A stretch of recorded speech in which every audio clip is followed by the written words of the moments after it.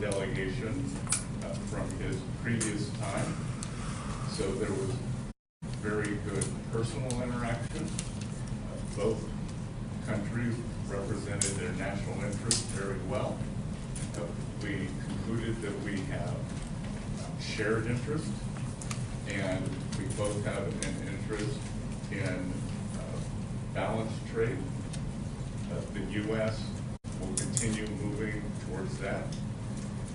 I will let Ambassador Jameson talk about the President's initiatives that began on a historic announcement, trade announcement on January 20th, which no other president has ever done, following to April 2nd, when we implemented the reciprocal tariffs. Thank you, Secretary, and I will echo your thanks to the Swiss government and Swiss officials for hosting us this weekend. The atmosphere was very conducive to discussions, and thanks to them, we were able to have very constructive and positive conversations with our Chinese counterparts, who clearly came to deal this week. The rapid nature that we were able to conduct and conclude these discussions is a testament to mutual understanding and mutual respect between the Chinese and U.S. sides. With respect to the U.S. Trade position or interactions with China and the agreement today, please keep in mind that the United States trade deficit had ballooned over the past several years, ending up at a $1.2 trillion deficit in goods as of the end of last year. It was an approximately 42% increase over a few years prior. There was a $50 billion trade deficit at the beginning of the Biden administration. So that's a rapid and expansive increase in the trade deficit. And our view is that this is driven in large part by non-reciprocal trade, among other things, and the result has been offshoring of manufacturing and other negative impacts on the U.S. economy. And so on January 20th, when the President was inaugurated, he released the America First Trade Policy, which was comprehensive and flagged that he, and actually directed agencies, including U.S. Trade Representative and others, to research this issue and to provide options, which we did, and the President elected to impose reciprocal tariffs on April 2 to address this national emergency of the trade deficit. There was a global baseline tariff accompanied by higher reciprocal tariffs for each country depending on the level of intensity of their trade surplus with the United States. In all of this, China was assigned a reciprocal tariff rate of 34%. China was the only country that chose to implement retaliation against the United States for this reciprocal tariff. All other countries withheld and decided that they wanted to negotiate with the United States or simply not retaliate.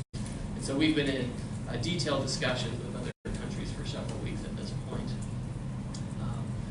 China, as you know, retaliated not only with tariffs but with disproportionate asymmetrical non-tariff measures in order to maintain the effectiveness of the reciprocal tariff measures. The President increased our tariff rates to offset Chinese retaliation. As you know, this escalated to a point where both sides had added 125% tariffs, and with the Chinese side, additional non-tariff measures, amounting to an embargo in some senses on trade, effective embargo, which of course was not a sustainable practice for either side. And so today, with this agreement, we come to agreement that our reciprocal tariff rate will go down to 10% on the United States side, so it goes down to 115%. We enter into a 90-day pause period for negotiations, which both the Chinese and the United States are very committed to. And the Chinese on their side also go down 115% to 10%, and they remove the countermeasures that they have in place. To be very clear, other measures that the United States has put in place in the past, whether it's tariff measures from 2018 or since, tariffs under other statutory authorities, tariffs related to fentanyl, those remain unchanged for now to the side. I'll just make one point, is that both the Chinese and the United States agreed to work constructively together on fentanyl, and there's a positive path forward there as well. Okay, great. So let's start with some questions. Well, just if I may make one final a few final remarks to give you framing and context. I think throughout the trade process, we have had a plan, we have a process in place, and now with the Chinese after this weekend, we have a mechanism for continued talks. So process, plan, and mechanism. I would say one of the big takeaways from this weekend, the United States will continue a strategic rebalancing in many areas that were exposed as supply chain weaknesses during COVID, whether it's medicine, whether it's semiconductors, steel, the other, we've identified 5 or 6 strategic industries and supply chain vulnerabilities, and we will continue moving toward U.S. independence and or reliable supplies from allies on those. But the consensus from both delegations this weekend is neither side wants a decoupling. And what had occurred with these very high tariffs, as Ambassador Greer said, was the equivalent of an embargo, and neither side wants that. We do want trade, we want more balanced trade, and I think that both sides are committed to achieving that. We would like to see China open to more U.S. goods. We expect that as the negotiations proceed, that there will also be possibility of purchase agreements to pull what is our largest bilateral trade deficit into balance. That is out of balance.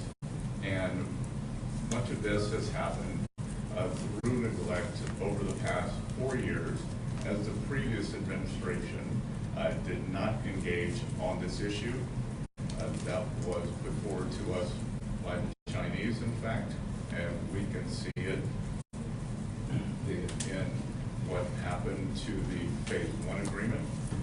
We are only looking forward, and we look forward to very good discussions now that we have the mechanism created in Geneva this weekend for talks.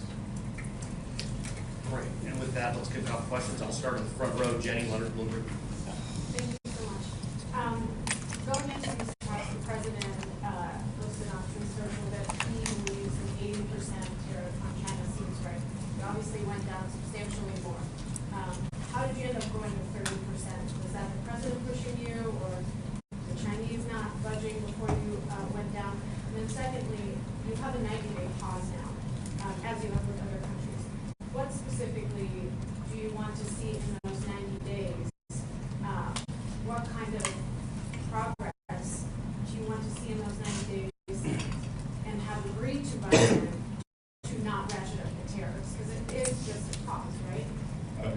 Yes. So But the tariffs then snap back, basically, if you don't have something agreed upon that is substantive. So the Chinese April 2nd number was 34, continues to be 34%.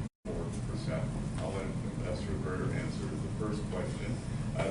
And just like with all our other trading partners, as long as there is good faith effort, engagement, and constructive dialogue, then we will keep moving forward.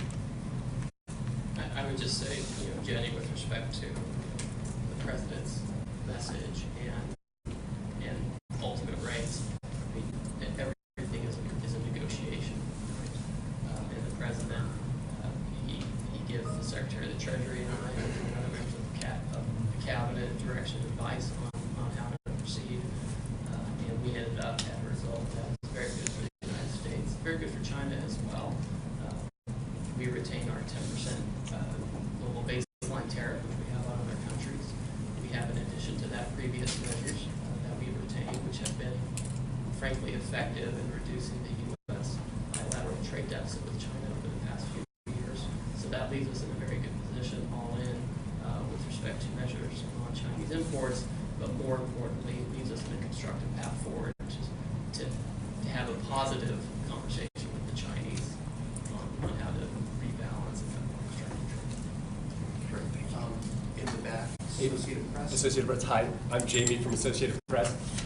We just heard our colleague talk about 30% tariffs. I'm just trying to understand these numbers here because they're all over the place. We were at 145 before, apparently, and 125, I believe, from the Chinese side. So can you say clearly now that, I think the question was, right now for the 90-day period, the U.S. tariffs on Chinese goods will be down to 30%. Is that correct for the 30? Could you be specific on that? So again, this agreement is really about the reciprocal tariff which was imposed by the United States on April 2nd and the escalatory steps which followed. Those on each side, the Chinese side, the U.S. side, ended up at 125% on each other. The Chinese had additional non-tariff countermeasures. That has all come down by 115% to 10% each. The United States earlier this year imposed 20% related to fentanyl. That still exists. So if you're looking at Trump term 2, tariffs on China right now effective, it's 30%. There are prior measures which change by product, by sector, by level, etc. You can't really give a specific number on that right now. What matters for the agreement today is that we each agreed to come down on the reciprocal tariff and related retaliation to 10%. So a reduction of 115% down to 10%. Fentanyl is on its own track, but on a very positive track. We're having very constructive conversations with our Chinese counterparts. And I would add a couple of things. This does not include any sector-specific tariffs that have been put across all of our trading partners. And as the ambassador said, I think he would agree with me that the upside surprise for me from this weekend was the level of Chinese engagement on the fentanyl crisis in the United States. They brought the Deputy Minister for Public Safety, who was not traditionally part of the trade team or the negotiating team, and he had a very robust and highly detailed discussion with someone from the U.S. National Security team. Great. John, how do you do with these next? Mr. Secretary, will there be any immediate impact that U.S. consumers will see from this? And what was the toughest part of the talks? The Chinese are, notorious for being very difficult negotiators. Was there any moment that you felt the talks would break down? And as far as the fentanyl, I'm sorry, there's some questions here, but what are the Chinese willing to do in terms of the fentanyl crisis? Did they make any promises or any agreements to combat fentanyl? Well, there's a lot to unpack there. So let me recap that. So you're asking U.S. consumers, the last one was fentanyl, and what was the second? The toughest part of the negotiation. Well, I'll start there first. Both sides represented their national interests well, but we also concluded that we had shared interests and that neither side was interested in a decoupling. And again, a lot of back and forth on various differences in views on fair trade. We informed them that I had a discussion that trade deficits are a result of three things. One, terms of trade. Two, currency. And then three, the United States fiscal position. We informed them that the Trump administration is working very hard on containing this out-of-control fiscal deficit that we inherited from the previous administration. Two, there was no discussion on currency.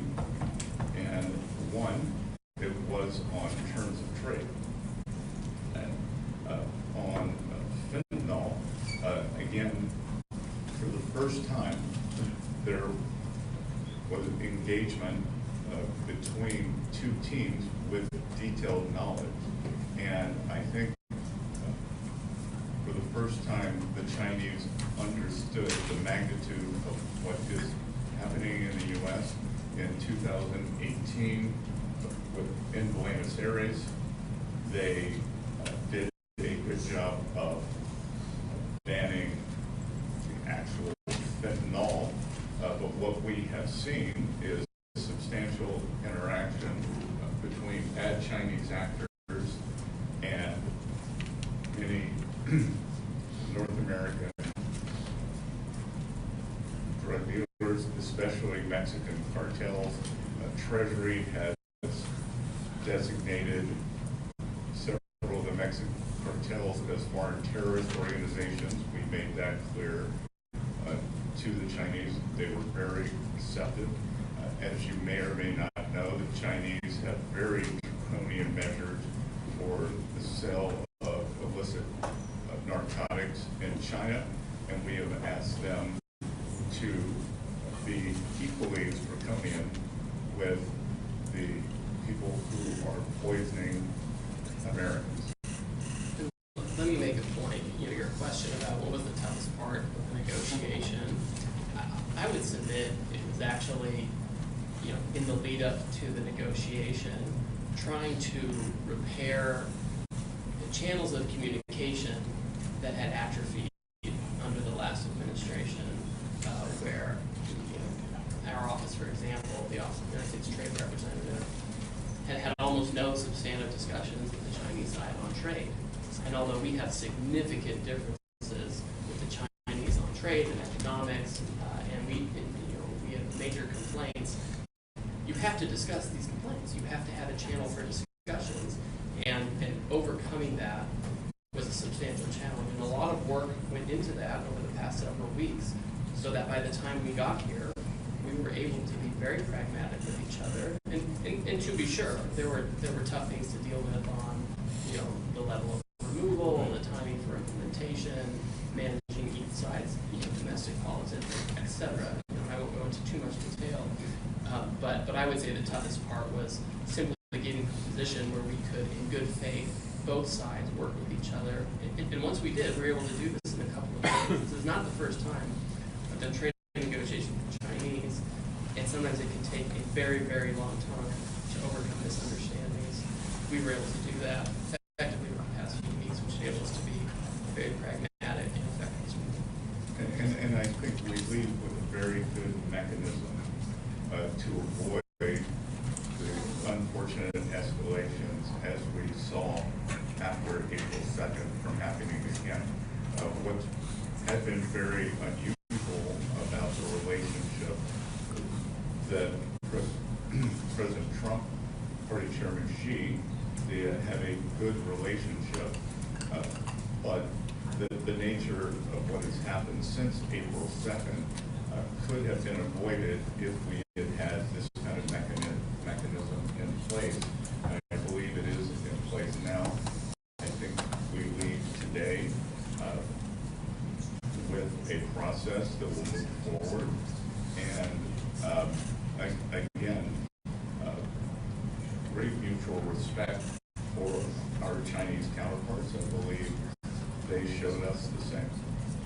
The impact on U.S. consumers. U.S. consumers see result in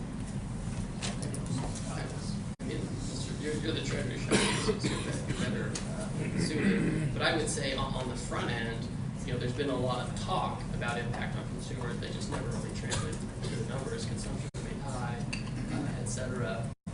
And so I think what we're going to see is that we're going to have our economy continue taking off as we put structure around these negotiations and get global trade into a better place. And as I reiterated last week, the Trump economic plan is three pieces: trade, tax, and deregulation. Trade has been implemented first, and that process is occurring. We believe that the tax portion is going very well. Speaker Johnson, Leader Thune, who I am in constant contact with, believe that midsummer we will pass, as the president likes to call it, is one big beautiful bill, and we believe that that will provide substantial relief for American households. And then deregulation, a hidden and pernicious tax on American households, is regulation.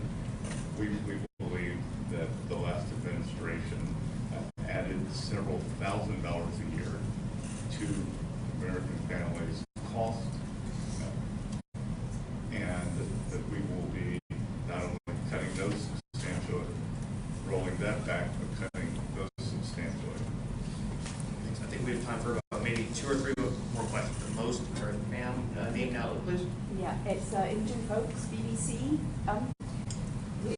It's very heartening what you're telling us. I'm wondering whether you think it might have been a better idea to start at this point of negotiation rather than start with a big list of tariffs and all the global turmoil that caused, and the fear, frankly, in some countries around the world. How about, do you think with hindsight might have been better to reach out and say we want to talk to you guys about this? No, I disagree entirely. We have spent decades at the World Trade Organization and multilateral and bilateral negotiations trying to get other countries to reduce their tariffs and non-tariff barriers to be more reciprocal with the U.S. We've had one of the most open economies for decades. The promise of the WTO and the multilateral system is that everyone was going to come down. It turns out the U.S. went down significantly. There were other economies that had low tariffs as well, but retained very high non-tariff barriers. We have tried really hard to work within the system, and the net result is a $1.2 trillion deficit in goods. The net result is manufacturing went to China, East Asia, Mexico, etc. So we tried all of that. So the idea that we can just keep saying, well, why don't we just talk a little bit more, and we'll have a different outcome, I think just is totally detached from reality. And I would add a couple of things, that as our 18 important trading partners come to us, many with very good deals, as the UK, who skipped to the front of the line as our oldest ally, as Ambassador Guerrero and I look at their proposals, again, to lower tariffs, to lower the non-tariff trade barriers. Obviously, UK does not have a currency manipulation problem. And the subsidies for labor and industry, we look at these, and I think, how did we get here? How did we get here? And I echo part of what President Trump said, that he doesn't blame the other economies for taking advantage of a fluid, taking advantage of the situation when they were allowed to do it. He blames previous U.S. leaders. So we are just trying to restore a healthy equilibrium. That the U.S. economy has become very unbalanced. On one side, we have a forward-leaning, the deepest and widest financial markets in the world. We have financial innovation. We have the tech sector that's in the world. On the other side, we are a natural resources economy led by energy. So it is a barbell, but in between, precision manufacturing, especially precision manufacturing, has been wiped out. And it is our intent to bring that back. So we want to rebalance. And I think that there is a big opportunity. If I think about this weekend, the Chinese, they have gone the other way. They are unbalanced in terms of overproduction in the manufacturing sector. They have stated, but have not yet rebalanced toward a more consumption-oriented economy. And there is a chance, if we can open up trade to China, have more fair trade toward the U.S., that we could rebalance together. So I reject the notion that business as usual would have worked. Great, and I think this will be our last question. We're just about out of time. I was out with Paris, Gary, with Yes, I have a question with regards of the setting of these very successful talks that we hear. Switzerland has been in the center for international conferences for many decades. In recent times, we've been under tremendous pressure. The ambassador of Joe Biden to Switzerland calls Switzerland a hole in the donut. My question is, how high does your administration value reliable Swiss neutrality for conferences of leaders as it just witnessed? Well, I won't speak for the previous ambassador.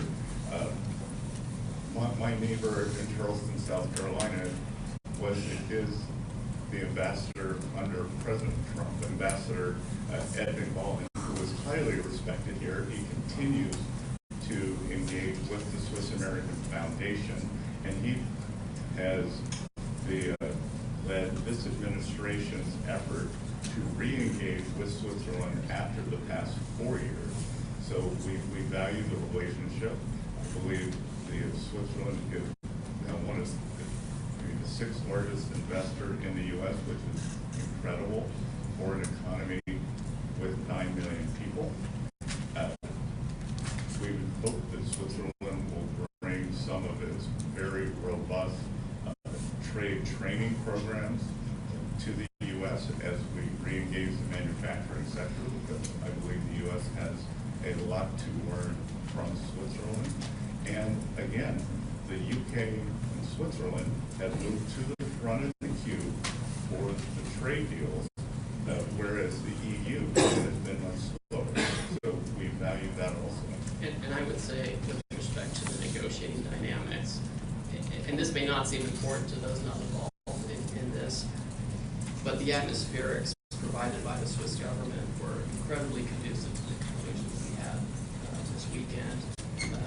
They allowed us to use the grounds of the residence of the Swiss ambassador to the United Nations, which had a very intimate internal rooms, and importantly for us, where a lot of the key negotiations happened. We're outside under a large, beautiful tree on a set of patio sofas, frankly, where we had the most important discussions on the most challenging issues. And having this setting as opposed to, no offense to the Intercontinental, which has been great, as opposed to a sterile hotel conference situation or conference rooms, I think let us develop a personal relationship with our counterparts and lead to the successful conclusion we had. Great. Thank you so much, everyone. I think that's it for us in time today. Thank you so much for coming out. And that'll be it. Thank you.